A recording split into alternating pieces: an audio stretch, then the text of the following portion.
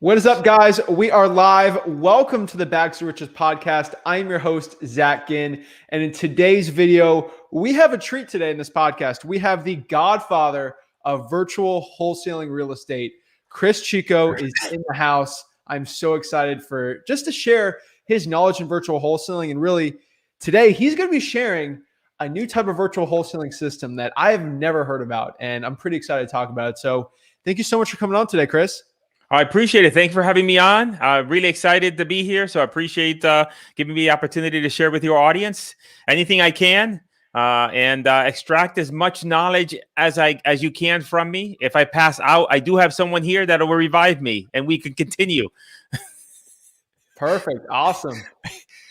I love it. So really quickly here, I do want to deep dive into the virtual wholesaling system, but this might be surprising to a lot of people, but I've been wholesaling for 4 years now. And I've learned from talking about all these wholesalers, they've always said Cris Chico is the man for virtual wholesaling. Surprisingly, there's a lot of new guys watching this stuff. So some people might not know who Cris Chico is. So if you can talk about who you are and a quick synopsis of your story, I'd love to know.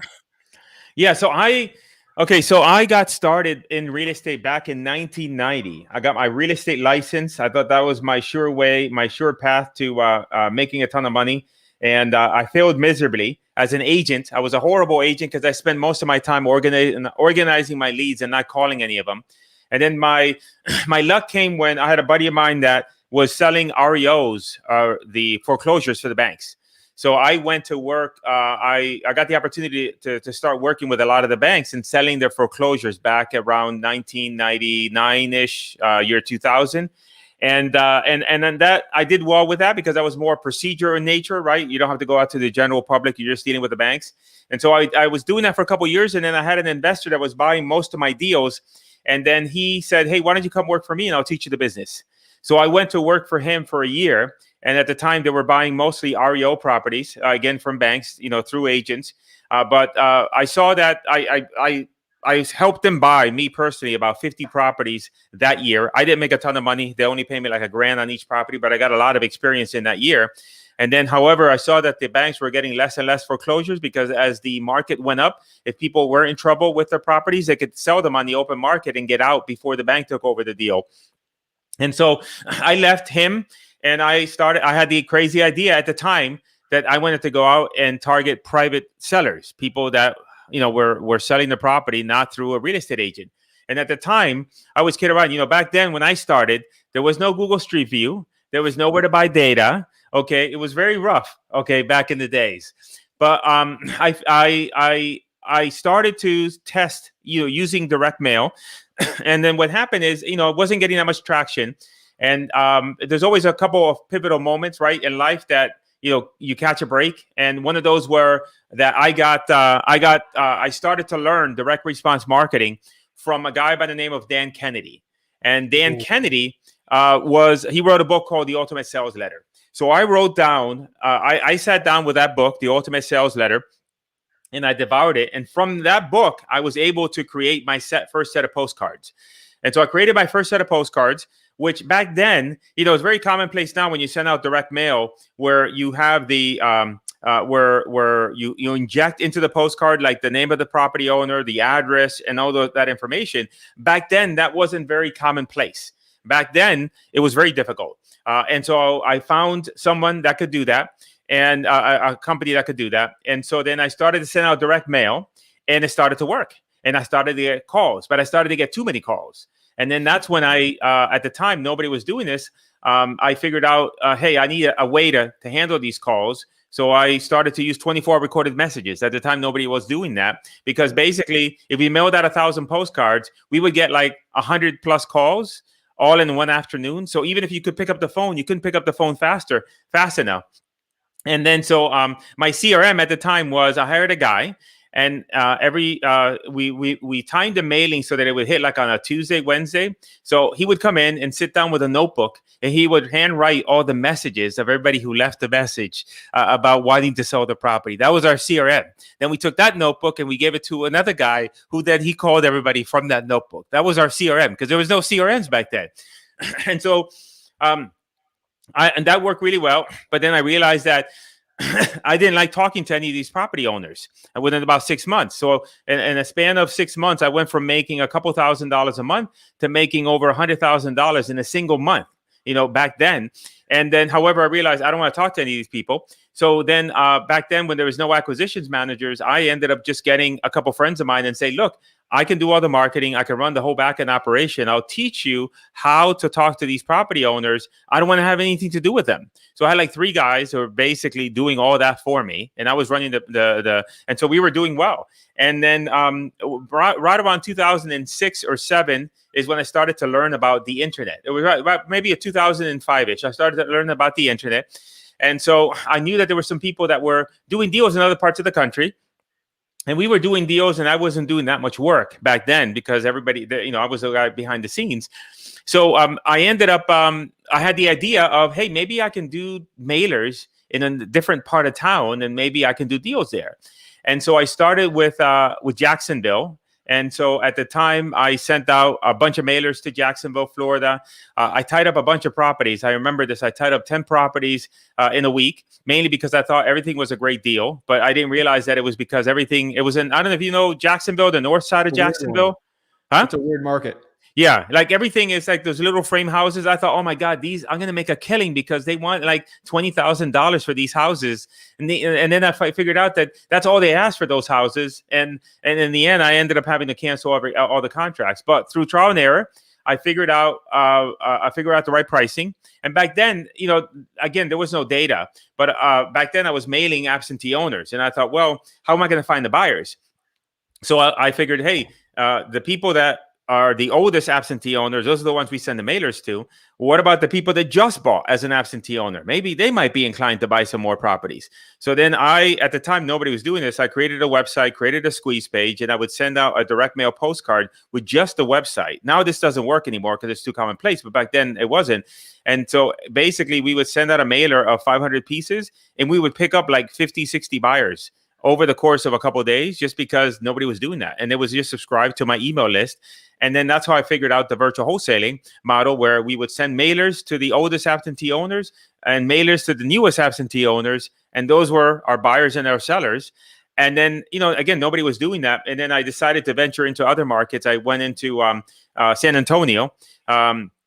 Which, funny story, at the time, I didn't realize that San Antonio was a non-disclosure state.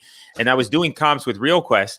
And then they had some algorithm in the background that the numbers that showed up on the comp report were like really weird numbers, like 45,276, 43,000 and change. And, everybody buys houses like at 95,000, 98. And I didn't know any better. And I was like, wow, people in Texas sure buy houses at weird numbers. But I realized that wasn't the case. It was just that, it was an undisclosure state. So I got MLS access. And then it was right around 2007 where I wanted to get into the teaching business. And I was too cheap to go out and say, I'm going to create. Everybody said, hey, create books and tapes and give them to people. And I'm like, I don't want to do that, because what if nobody buys? Then I got a bunch of books and tapes in my garage. I don't know what to do with them. So I said, hey, I'm going to upload all this information to a membership site that I have for my staff. I'm just going to upload it, maybe, and I could do it that way. Everybody thought it was a crazy idea to have a membership site as opposed to books and tapes, which is now commonplace.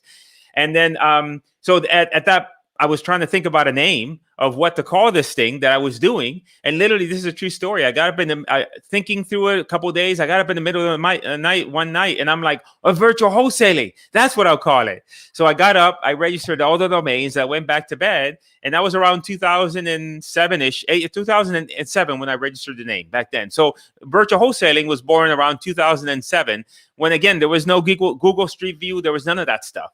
And through all the years, I've done the majority of the time was using direct mail. Then, that's kind of stopped working. So I created a bunch of postcards called, I call them blind copy postcards. They just said third notice, final notice. So that was kind of like, I call it skip tracing 1.0, because at the time, people were getting mail and I wanted to get the phone numbers. but there was no skip tracing services like they are now. And I was trying to figure out a way to do that. So I said, well, if I could bait the people into calling the 800 number, then we can grab their phone number and we just call everybody. That's what we started to do. And that's how we would just call people back. As soon as they called the number, we would call them back, and we would be snagging deals all day long because nobody was cold calling back then. That was our cold calling. And then now eventually around 2016 is when direct mail started to not work, maybe because of saturation. And then that's when I ventured into Facebook. And then I started to learn about Facebook and online lead generation. And then now that's the principal strategy that we help investors with in terms of, hey, generating motivated sellers on Facebook and on Google, and really pushing toward digital marketing as opposed to, conventional methods. So that was my long, short story. I'm an old guy, so I had to condense that. There's a lot of years there that I had to condense. There's a lot of years. I mean, you started wholesaling when I was like in kindergarten or something. So yes, thank you for making me feel so old. Yes, you're right. You've been at the forefront of virtual wholesaling for a long time. I know Rick told me about the eviction or final notice postcard when I first got started. I was like, that is insane. Yes. But, geez, man, that's a great story. Also, you're from Puerto Rico, right? Yeah, I grew up in the island of Puerto Rico, went to Connecticut, grew up in Connecticut, Bridgeport, Connecticut. I grew up in a neighborhood where I always thought the kind of neighborhood where before I left Puerto Rico, I always thought that when you were done with your sneakers and tennis shoes, you tied them together and you threw them over the power lines. And then I realized that, no, that just happened in my neighborhood. So then I came to Miami and, I lived on welfare and food stamps, went to college, got a degree in accounting. I didn't really last that long in accounting. And then eventually, that's how I got my way into real estate. So, that's my story. That's insane. So there's a lot to unpack there. But really what I was here to talk about is obviously you've been virtual wholesaling for a long time. You understand it like the back of your hand.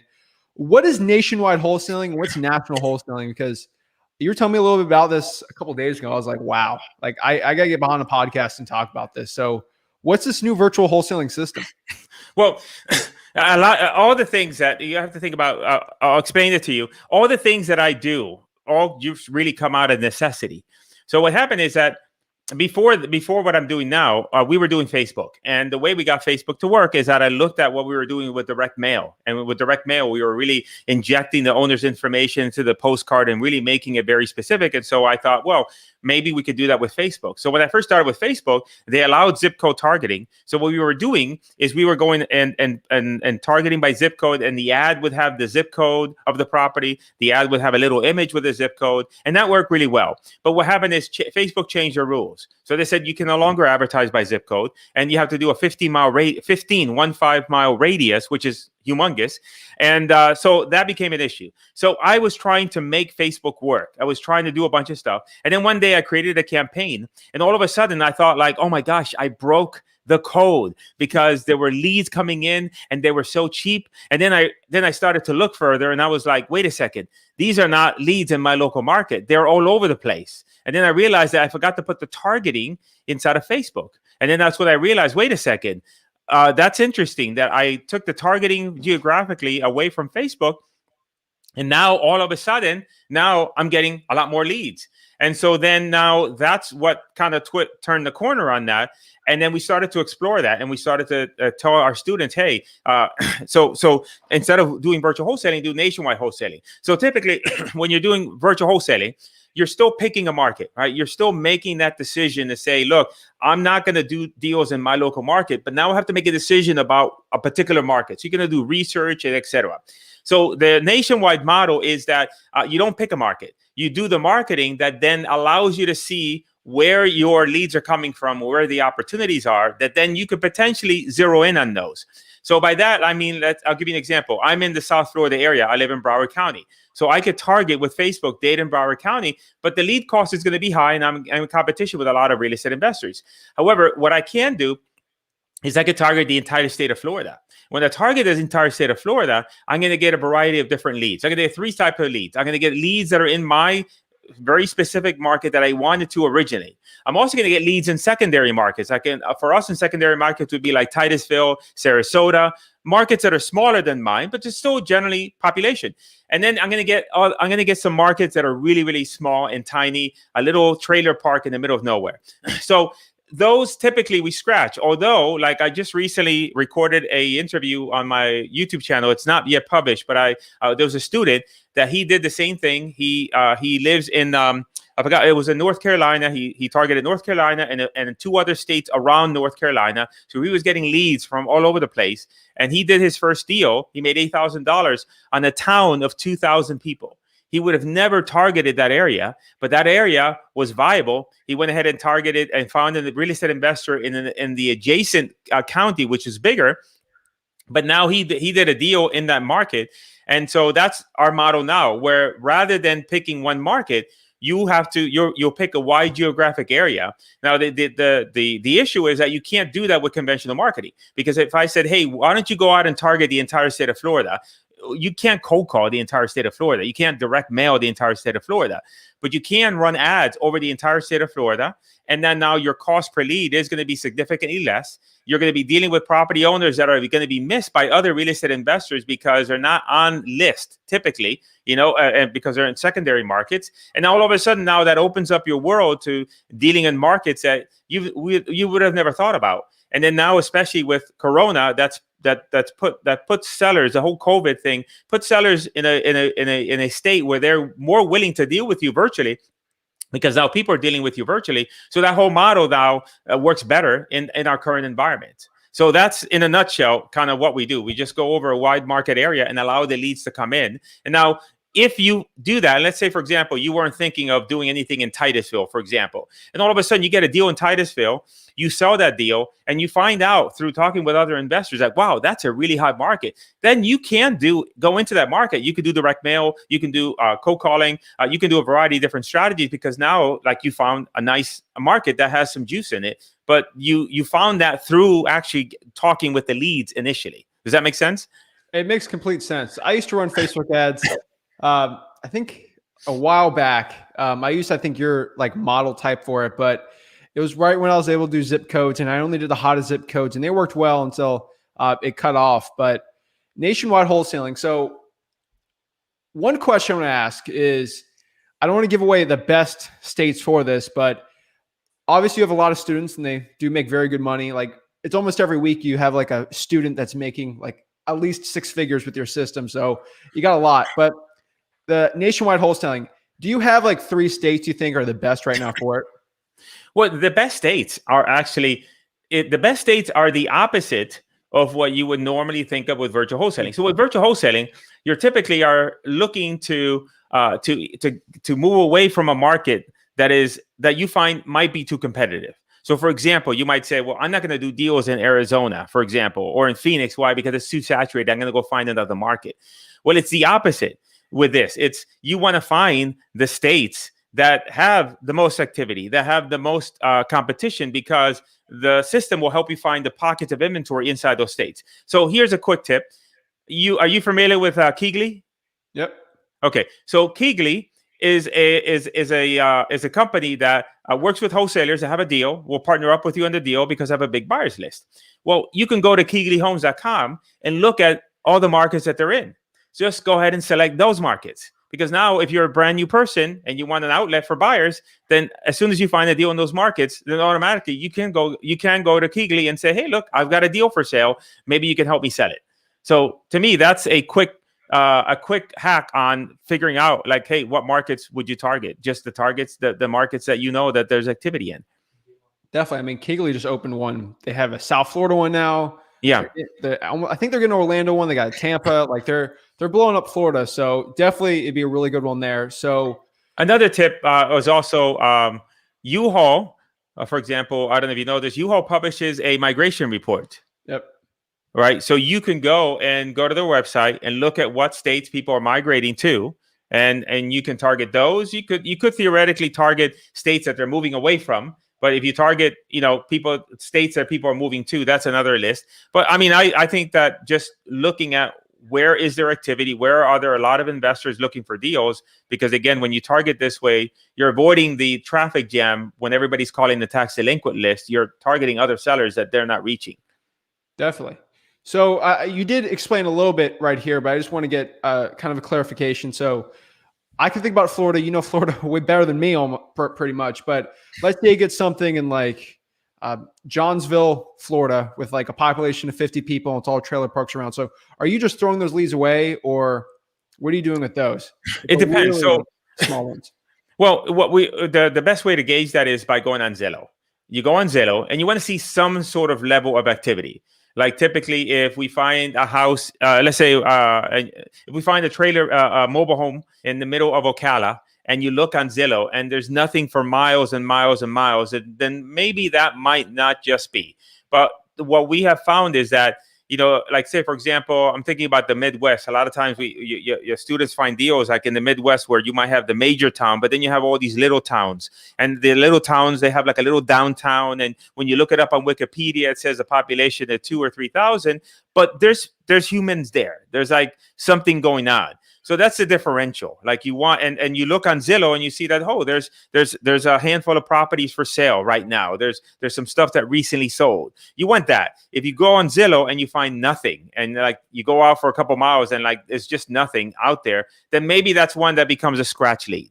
And so what happens is you are going to get a certain number of leads that you're not going to be able to do anything with. But because you're targeting wide, the cost per lead is significantly less. If we're doing a nationwide campaign, if we do nationwide, typically we're targeting the top 20 populous states. Our cost per lead is $6 to $7. So if you have a handful of leads that are not that great, you can throw them away, and that does increase your net average cost per lead. But still, you're going to be way below what you would normally pay with, say, direct mail, or if you're doing it in your local area.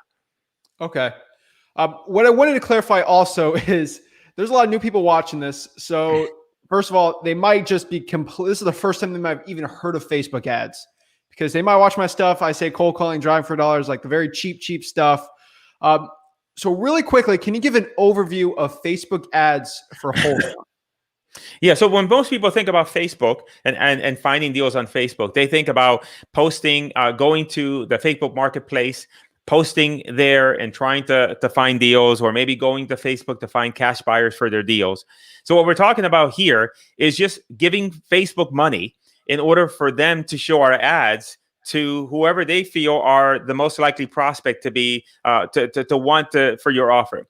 And the nice thing about this is that unlike, say, if you're sending out a direct mail mailer, right, you typically will have to spend and send out at least a couple thousand postcards just to know if a list has viability. Why? Because the response rate is low, so you need a large volume. The nice thing about Facebook is that the budget that we recommend for students starting out is $20 a day. So literally with $20 a day, you can start advertising on Facebook and you can start getting leads. And if you do it in a model where you're targeting the entire state, or maybe a grouping of states, if you put an ad out in the morning, by evening hours, you'll have 2 or 3 leads of people that have filled out a form on Facebook. Now that information has been sent to your email, and now you have an opportunity to chat with them. And so it's really just paying money the same way as you would pay, send out a direct mail postcard, but now you're paying money to Facebook so that they can show an ad to the people that are most likely are going to be a customer for your services, which in our case would be, single family houses. We're looking to buy houses. Definitely. So I do like the thing about Facebook where it'll like autofill for you, and you just click a button and it brings the leads through for the seller putting the info in and you putting it in. The one thing I do see here is a quick hack I think I did learn from you. I started like feeling people's like Facebook ad copy through the ad library.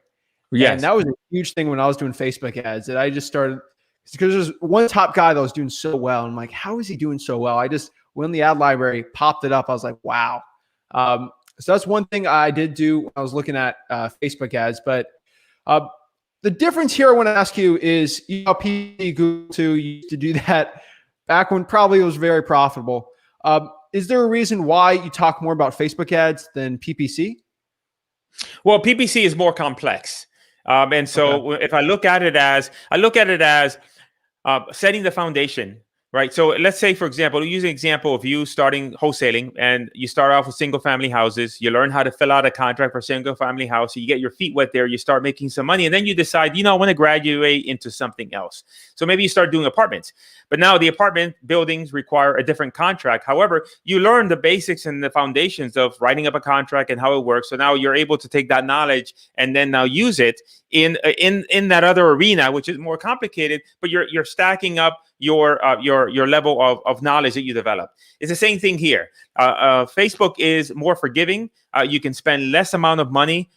You'll spend less amount of money per lead. Whereas with Google, there's a lot more things that can go wrong. There's a lot more ways that you can lose money very, very quickly. And so to me, I say recommend starting on Facebook so that you can now understand, because also too, like with Facebook, there's a lot of things we set up on Facebook that then we can use on Google.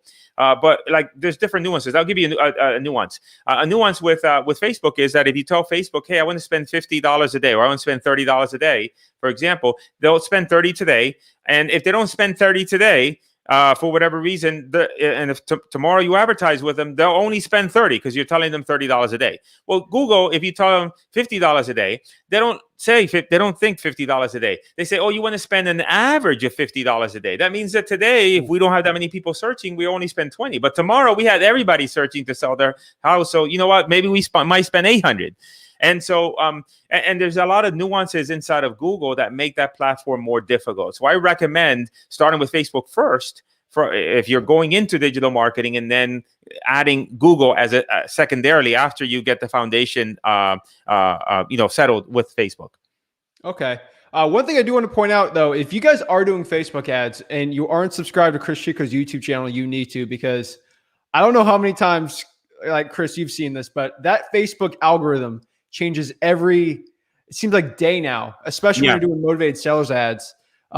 I give a shout out to, because you keep it updated. You'll give an update on the Facebook ads or whatever's going on. And really, you do help a lot on there. So you guys should subscribe to your channel. I mean, how long have you had your YouTube channel for? I had the YouTube channel. I started a long time ago, but only what I did about 8 years ago, I uploaded 3 videos. And just because I wanted someplace to put them, and then I completely forgot about them. And then maybe a year and a half ago, 2 years ago, was when I started to think, oh, maybe I should be more active here. I wish that 8 years ago, when I first put out my first set of videos, that I would have done that content, but I didn't. So the channel was started a long time ago. So there's some videos there that are really old, but only a handful of them. But it's really only been the last couple of years, really, that I've been steady. Not as steady as you. You're publishing every day now, I think, right? Okay. Well, first of all, I think I met you a year ago, and you told me, you're like, Zach, I did a video a day, and you didn't get traction from it. And then I was like, oh, I'm not going to do it. And then December, I'm like, you know what? I'm gonna do a video a day. I'm gonna see what happens, and it's blown up like crazy. But yeah, we do a video a day. But I mean, we have 2 people, not 1, so it's a little easier. But I think that the side comment I was going to make on that is that in the beginning you need that volume, because you need to find your voice, you need to find your mojo, and the way to do that is by volume. So yeah, I think you're doing a great job. So what do you focus on your YouTube channel if someone went to subscribe to you there? I predominantly focus on virtual wholesaling and then digital marketing. I look at it as, to me, I've always been a marketer first and a real estate investor second, because if I'm very sure I can place a bet right now that you know more about doing real estate deals than I do, even though you haven't been as long as I have been in the business. So because for me, my thing is I've always focused on the marketing. And so I've always, that's the thing that I've always enjoyed. So that's why I think I've been very good with coming up with the postcards and all these other things that have come up over the years, just because I enjoy the marketing. And then like right now, I do deals, but the deals that I do is because I generate the leads and I give them off to a few people that I work with, and they go ahead and handle all the rest. And then I get the deal share from that. But I've always, I'm always been a fan of marketing. So I predominantly speak on my channel about virtual wholesaling, but really about online marketing and about marketing methods. And not so much as I do some nuts and bolts, but it's predominantly marketing. Because I think that's, as a wholesaler, I believe that is one of the key components that someone has to be really good at is the marketing, because you're going to spend most of your time trying to generate leads. Definitely. I mean, I say a good real estate marketer will be the best acquisitions person every single time, because I mean, you get so many more leads as a good marketer. You just have so many more at bats than a good acquisitions person. So that's something I've seen, especially with virtual wholesaling. It's just, I don't know if you've had this experience lately, but there's just some deals that are just so easy that you don't even have to be a good acquisitions person. If you just get in front of that person, it's not that hard to get that contract. Yeah, I think at a base, my feeling is at a base, you have to have at least a base level of competency, right? Because, you know, if you're really horrible on the phone and you really can't build rapport, and you know, you come across in a way that makes people not feel that you're credible, then that's going to impede your efforts. So you want to have a base level of competency. It doesn't mean that you have to be a ninja, but there's a base level required in order to make whatever you're doing work. The other thing I also, for me, I've always been a fan of inbound marketing. When I started the business, I tried to do door driving. Door driving is when you try to do door knocking, but you're too chicken shit to knock on the door. So you just drive and you just keep on driving. Not a very effective way to find deals. But that's what so for me, I've always been a fan of inbound marketing. I've always been a fan of figuring out a way for me to spend money to get a seller to raise their hand and to then say, yes, I am interested in selling my property. That in and of itself places the need for you to be a ninja on the phone, diminishes that, right? Because it's already a warm lead. There's, you know, they're expecting to hear from you, and it's just a different conversation. So I've always been a fan of inbound marketing and generating those leads to come in. Inbound, you're very similar to Rick in the aspect that that's his favorite thing. I was the outbound guy. I'm the type of guy, I don't want to like just hope and pray and send direct mail out and just hope someone comes. I'm the guy that like, hey, I got to be in control of my destiny. Rick's the other hand. He's the inbound guy, but all my first deals were all bandit signs. So inbound marketing, guys, if you don't know, it's when the leads come to you. It's so much easier. You could argue that the bandit signs are inbound. So just so you know, the differential for me is outbound. I consider, like, for example, if you're cold calling, then they did not ask to speak with you. You're calling somebody out of the blue. I'm not saying that that strategy definitely works for a lot of people. And you have to figure out what works for you. But you know, with the bandit sign, you technically did put an ad out. It just happens to be in the form of a sign, and then somebody did call the sign. So it is kind of an inbound lead. And so I look at it as that. Inbound is just somebody who reaches out to you and says, please make me an offer on my house. Wow. I mean, I think that virtual wholesaling system you just said cured a lot of excuses from people who say, sorry, Chris, my market's just too saturated. I can't wholesale here, or I can't do virtual wholesaling, or I don't know what market to do.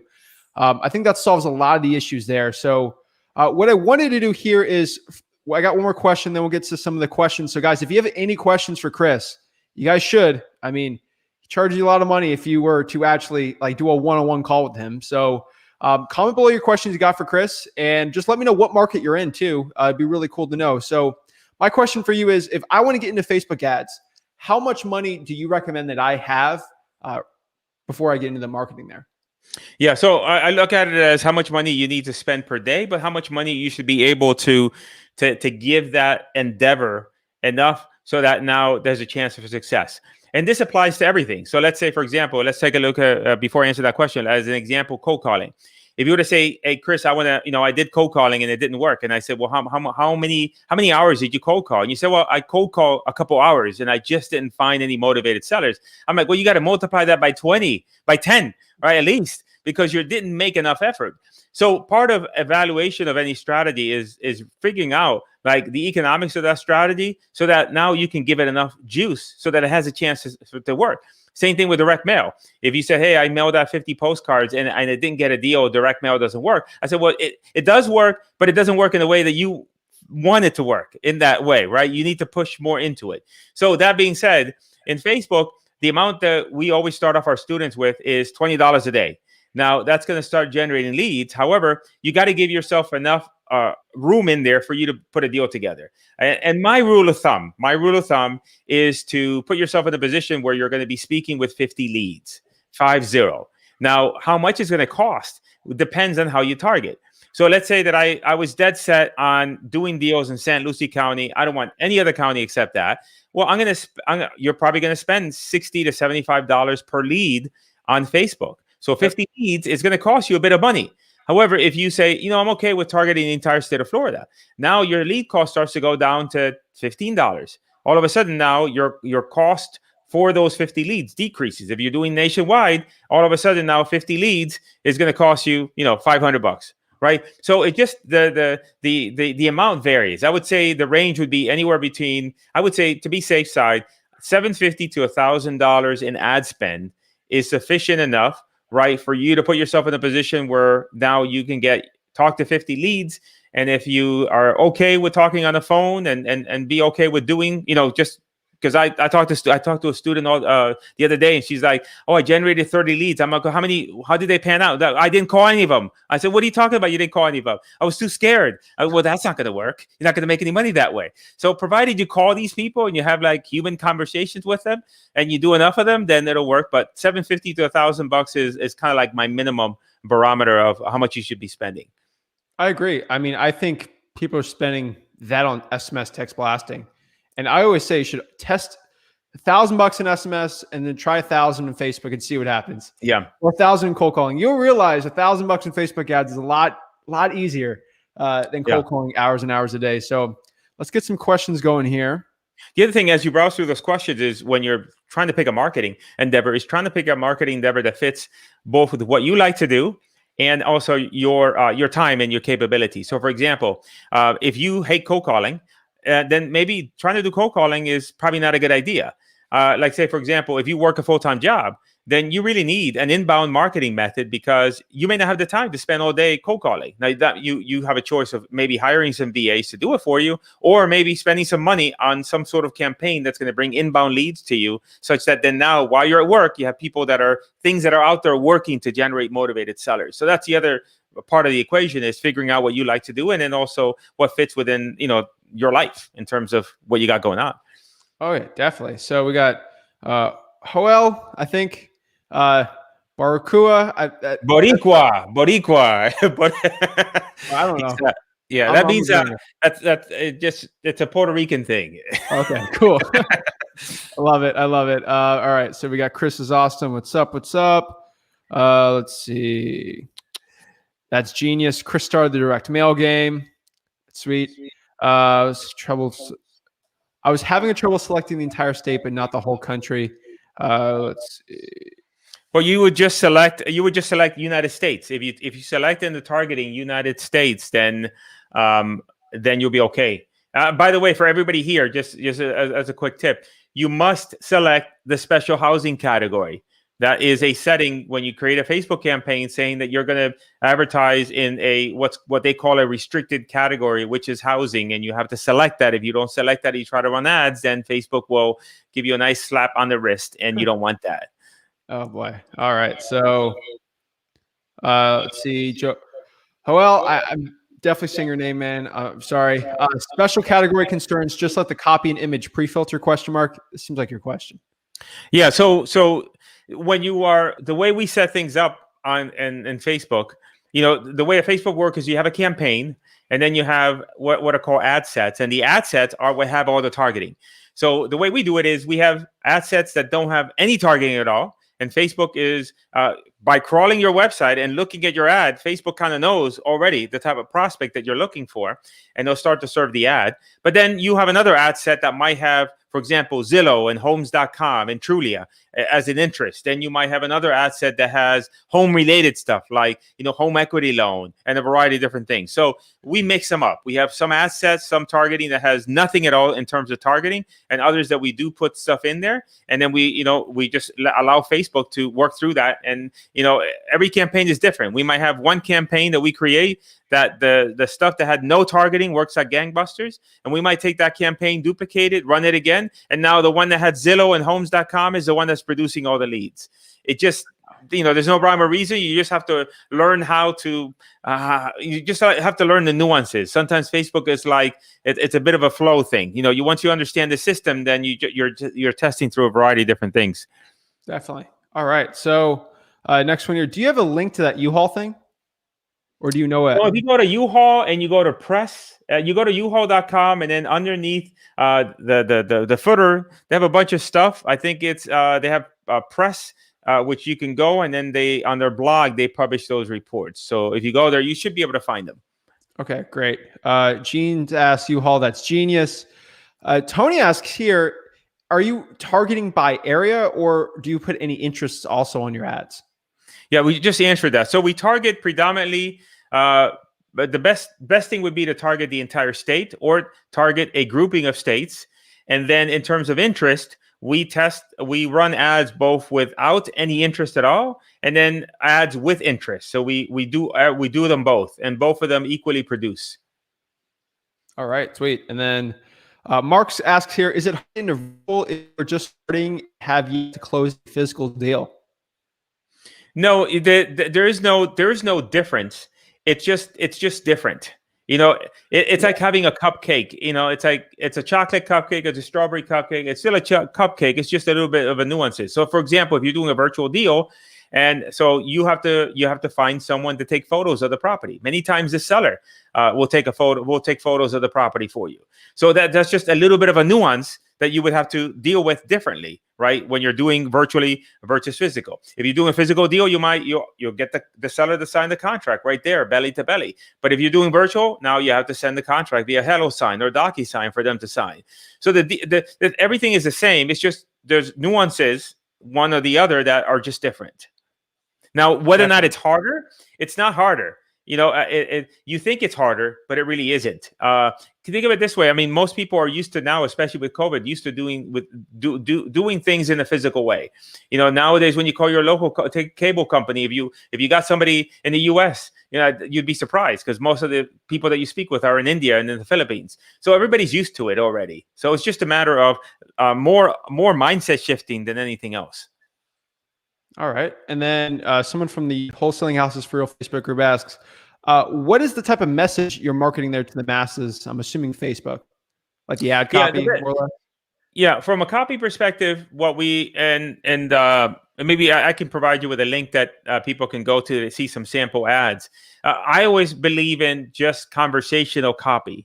So in other words, some of my ads say, is it really possible to sell your house in 30 days without giving it away? That's how it starts off. I said, hey, we're looking to buy a few houses this month, and potentially maybe we could buy yours. If we bought your house, we could buy it as is. So it's less yelling and more conversational, if that makes sense. Think of it as I always think about it as the best way to describe it is put yourself in the other person's shoes. What is it that they want, like the outcome that they want? They want to be able to sell the house without having to show it, without the hassles of listing with an agent, and then talk to them as if you were sitting across the kitchen table with them and just having a conversation with them as if it was another human being. And don't think of it as an ad. Think of it as just a conversation. And many times that type of ad copy will almost always do better than anything that you're yelling. Like, we buy houses cash, fill out the form today, now, right away. Okay, so I've seen I get bombarded just because I'm in St. Lucie County with people with all the Facebook ads. Have you seen any success? I see so much ad copy with someone like selfie wise behind the house saying, hey, my name's Zach. If you're looking to sell, contact me, versus the people that we'll just do a blank house and says we buy houses. Like, do you see any good ad copy if someone puts their personal name or a picture of their face on there versus just a regular one? No, I mean, I have students that are doing there's whenever you put in a video, there's so many nuances that go into there, right? Because now if you're showing a picture of a house, but now you're showing yourself. Now the person on the other side, the seller, right, was making a judgment on the ad and whether or not they're going to fill it out based on the image. But now if they're seeing you in video, now, how do you look on video? How do you sound? Do you have good audio? Are you presenting yourself in a way that person isn't biased against you? And so by that, I mean, I'm a firm believer in that you should be using both. you should be using the image ads, but you should also be using the videos, because Facebook will show your image ads to people that are predisposed to take action on image ads. But there's a whole nother set of prospects that you could show your ad to that would be inclined on a video, and Facebook will show that audience. In terms of video, the recommendation is you could just use your phone, but the most important thing with video is sound. You can have a crappy video but great sound, and that will be okay. But if you have an amazing looking video but your sound is crappy, then that is not a go. And then just put captions on the videos. There's a software called I don't have anything to do with them. I just recommend them. A software called Clip Scribe, CLIP Scribe, SCRIBE. You take a 1-minute video from your phone. Hey, this is Chris. I'm looking to buy a few houses this month. If you're interested in selling yours, I'd love to make you an offer. Blah blah blah. You make that on the 1 minute. You upload it to the site. It allows you to put a little headline up at the top, and it'll do all the captioning at the bottom of the video, and then now you have a video that you can use on Facebook. Sweet. Gene asked here, does Chris have a course or something? I don't like cold calling. Nobody likes cold calling except for you. Yeah, I mean, if you want, I can give you a link that we can put in the description if somebody does want to get more information about. We do have a program that we teach investors how to go out and use Facebook ads, and we help and mentor you through that. If you're interested, more than happy to have that discussion with you. And CrisChico.com.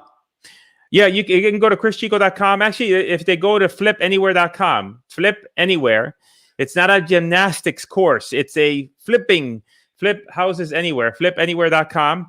Go there, and then you have an opportunity to I have a training that will show you actually ads, and we'll walk you through like exactly how we run the ads and how it all works. And then, hey, you'll find it valuable. And if you feel that you could use some help, then we can also provide you that help as well. Cool. Is that the link? Yeah, that's perfect. Cool. All right. So let's go to the next one here. Let's go, Champ. He's awesome. Met him in Jacksonville. Oh, yes. Hey, Chris, how are you? I met Chris. Does SEO ranking in top 5 complement Facebook ad? Question mark. No, not at all. There's two separate things. So, all right. What works best through ad campaign? Can I have a first time buyer that pays to close my first deal? Let's just see some questions.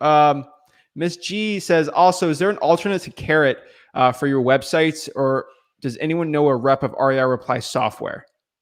Yeah, so we use we use Carrot's a great site out of the box to have as a real estate investor. I think that every real estate investor should have a website, because when you talk to a property owner, it adds credibility. A couple of things I would say is that you definitely would have a nice domain.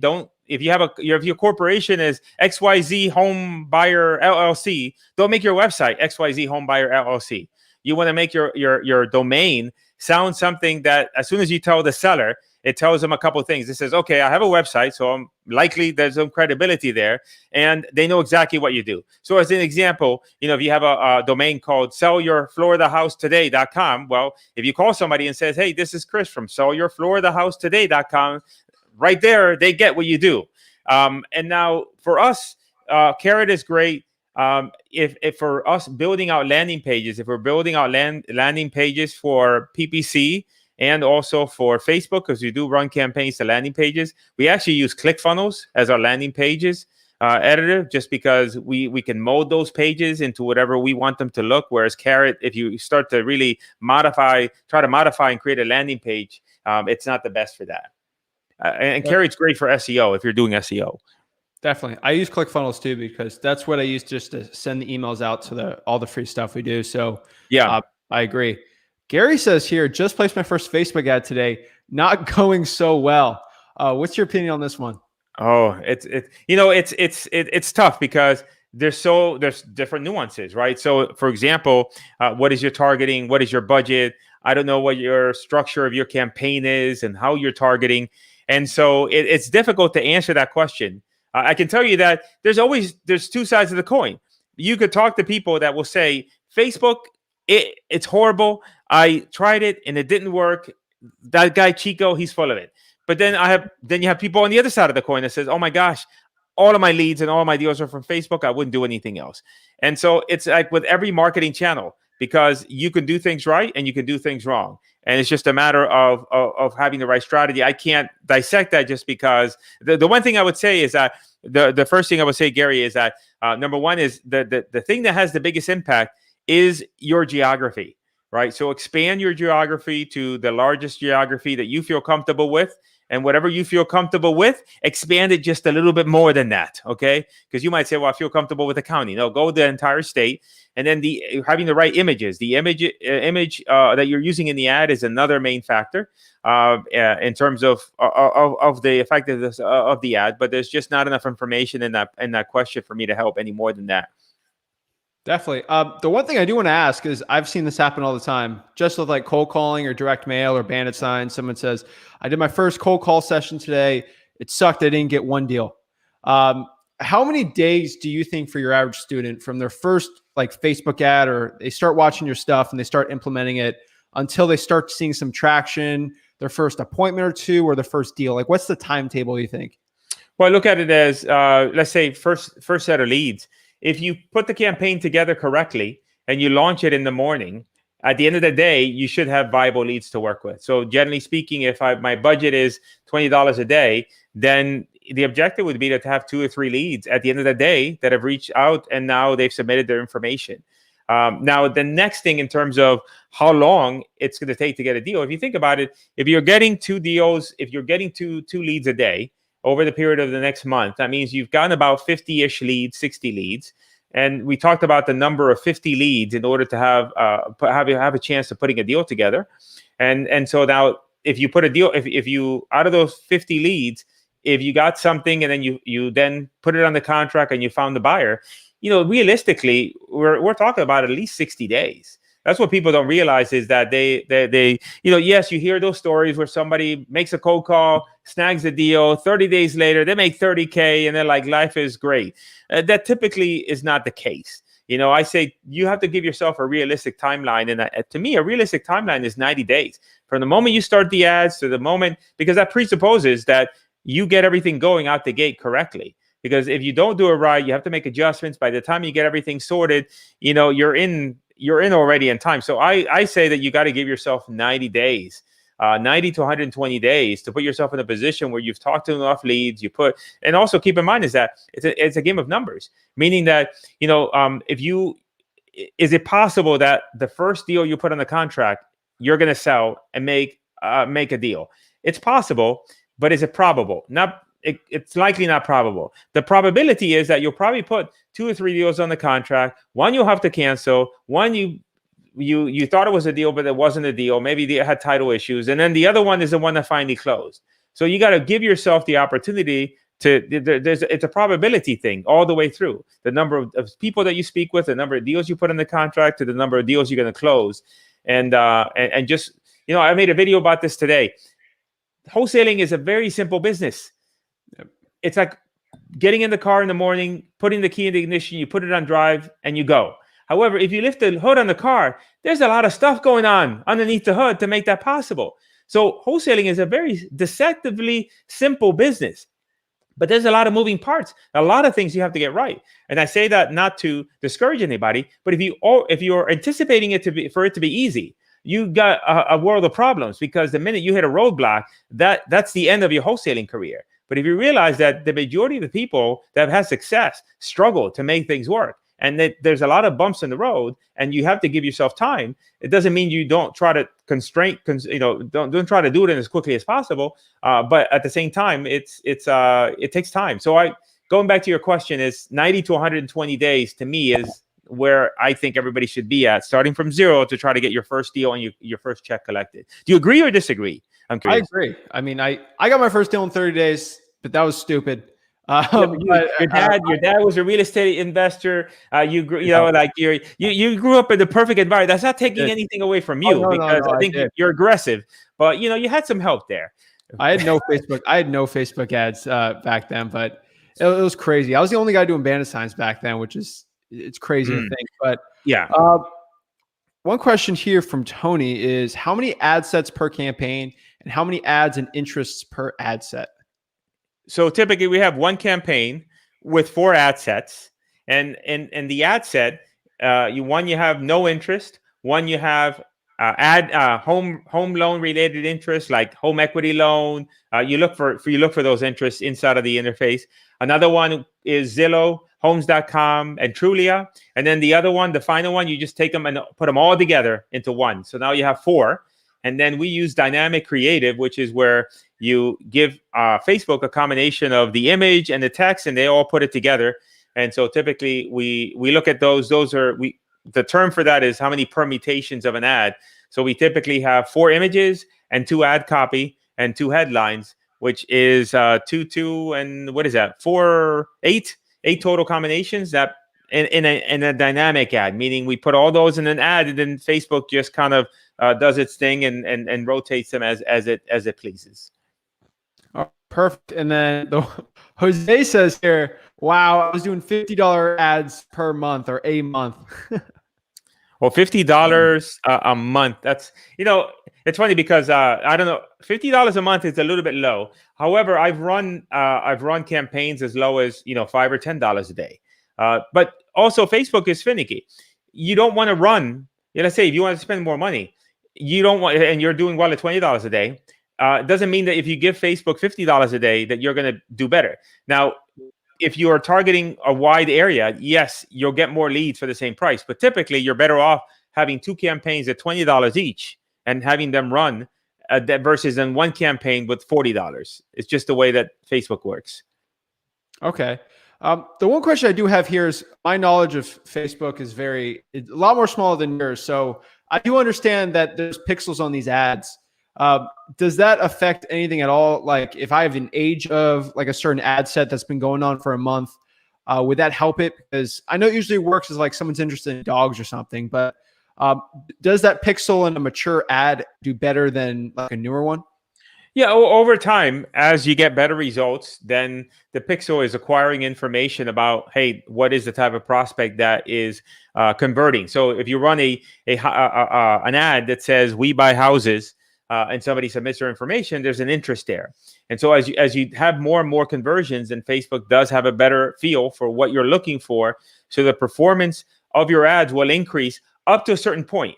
Now, it doesn't mean like, say, for example, you've been running an ad now for 6 months and you've been getting amazing leads. And so you decide, you know what, I think my pixel has enough information. I'm just going to start running ads at $100 a day because now Facebook knows what it's doing. It's not going to work that way, right? Facebook will take your $100 and probably still give you the same 2 or 3 leads you were getting, but now they're going to charge you more money.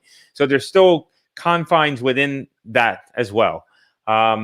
So the answer is yes, your pixel builds up data and information, but you still have to kind of massage it to allow you to find the leads. Sweet. Gary says, awesome. Thanks. So much game. This guy's detailed. I love it. I love it, guys.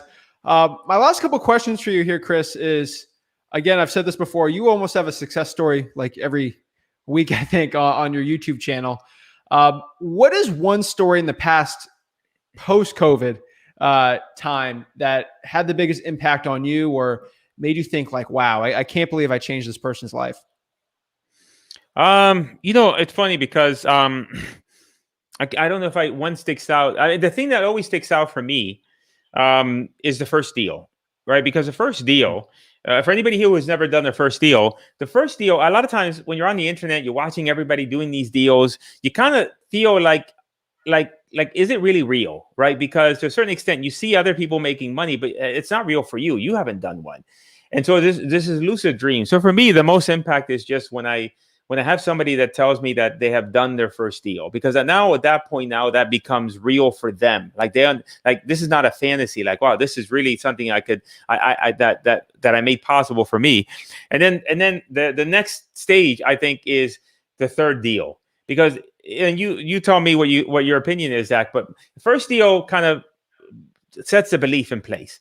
Now, by the time you do 3 deals, you have probably tied up more than 3 deals that didn't pan out. You probably had more than enough conversation with property owners that run you around in circles and messes that you had to deal with tenants and with other wholesalers. By the time you get to that third deal done, no matter how much you made on that deal, you have a pretty good understanding of what it takes to do deals now. Now it's just a matter of leaning into now that thing that you're doing to create more success and kind of get the ball rolling. So for me, I mean, I had an interview recently with, I always think about it from the perspective of, and I think about my own situation is that, and I look at this, I sell information products. So it's very easy for me to look when somebody buys my product and just to see a credit card transaction as an example, right?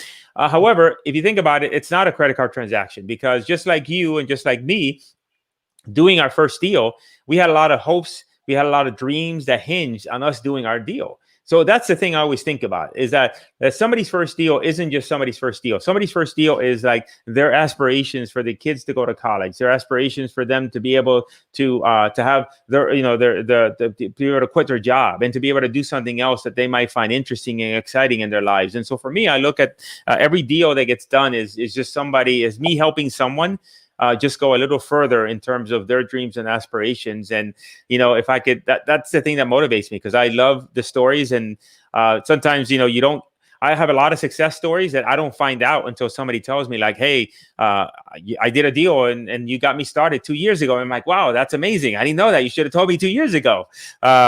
So for me, nothing really sticks out. I do have a lot of success stories. It's just that I just look at it as me helping someone just go a little further along in achieving their dreams, whatever those may be. And then real estate just happens to be the vehicle. Sweet. Cris, I really appreciate the value you've been giving on this podcast. This is the Bags to Riches podcast, so I do ask the same question for every single guest. So Cris, if you were back 19, 18 years old and you had $300 in your bank account, what would you do in Broward County to become the next Cris Chico? If it was when? You're 18 years old right now, 2021. You're living in Broward. Okay. So I'm 18 years old right now. Yeah. Right now. And I only had $300 to my name, which isn't a whole lot of money. Nope. Which isn't a whole lot of money. You know, I think I would try and find another real estate investor who I thought knew what they were doing. And I would approach it differently than I get approached all the time. Because, you know, people always approach you and probably approach you in the same way approach me, as like, hey, can you mentor me? I'd say, look, I'm willing to be your, I want to be your wet rag. I do everything that you don't want to do. I'll run all over town for you, because that's the way I learned. I work for an investor, and he paid me per deal. I made $1,000 per deal, even though sometimes he was making 30,000. But over a period of a year, I got the condensed knowledge in a short period of time. And so for me, I would say is find it with that little bit of a budget. You don't have that much room to play with. What you can do, I would do that. I would try to find another investor. And then the other thing I would do is maybe try to find, you know, if you go out and try to find, like, say, a tax delinquent list or some other list, it's tough, because a lot of people, especially if a list is readily available, there's going to be traffic on that list. So I would see whether in your local area, is there some sort of list that you can get access to that maybe other people cannot. I'll give you an example. Back in the days, I was doing evictions. There's nobody that was publishing an eviction list. The only way that I can get the eviction list was I had to go in the Broward County Public Records Department. I had to look for final judgments. I then had to look at each individual final judgment to see if it was a credit card or if it was an individual. I ended up figuring out the individuals, and then I would look for the evictions. It was very laborious, but that list you couldn't get. But now all of a sudden I had a prospect that nobody else knew had an issue, and then I could send them a letter, and and I could try to get a hold of them. And so then with that little bit of money, you really have to fine tune what is the prospect that you can go after that maybe others are not going. And then the other thing I would do is just, if you have the time, you would be driving for dollars all over town, jotting down addresses and trying to get a hold of people. Those are the three things I would do, I guess. Wow. Find list, go try to help another investor, find list of people that are not really readily available, that it might be a pain in the butt to get, and then do some driving for dollars, and be prepared for doing a lot of all of that. Perfect, man. I really appreciate you giving the knowledge today. I think you've helped a lot of people out today, so I truly appreciate it. You guys need to be subscribing to Cris. I was subscribed to Cris before I even started this YouTube channel, so that's how long he's been giving content relative to when I was giving it. So go help him out, show him some love there. Before we stop this, before we end this, is there any parting thoughts you have for the audience? I would just, any parting thoughts? I would say that the best advice I can give you, and I think you guys are doing this if you're on Zach's channel here, is don't try to be your own doctor when it comes to seeking help from others. And many times, people are hesitant to get help from others in terms of what the goal that they're trying to reach. And that's something that I'm always constantly trying to improve on. And, sometimes you try to figure stuff out on your own, but there's other people that have laid the groundwork before you. And it doesn't mean you have to go out and pay mentoring for somebody. It could be that you follow Zach and his advice, and he gives a tremendous amount of knowledge here, and you follow it diligently. The other thing is just be prepared. As a real estate investor, you are an entrepreneur. As an entrepreneur, you have to be willing to deal with a high degree of uncertainty and ambiguity. And most people don't understand that. I get a lot of messages say, Chico, I only want to try Facebook only if I know it will work. That doesn't work that way. And so you are an entrepreneur. And if you want to make this successful, you have to be okay with living in that area where there's a lot of stuff that you don't know, you're not unsure of, but yet you're going to continue to move forward and to try to make it work. And that everybody does that, including you, Zach, because when you started, you had no guarantees. You just went and iterated as you went along. And so those are my two big pieces of advice. Perfect. Cris, thank you so much. I can't wait to have you on next year when you talk about the newest crazy thing. virtual wholesaling thing. I'm pumped up. So thank you so much, Cris. I really appreciate it.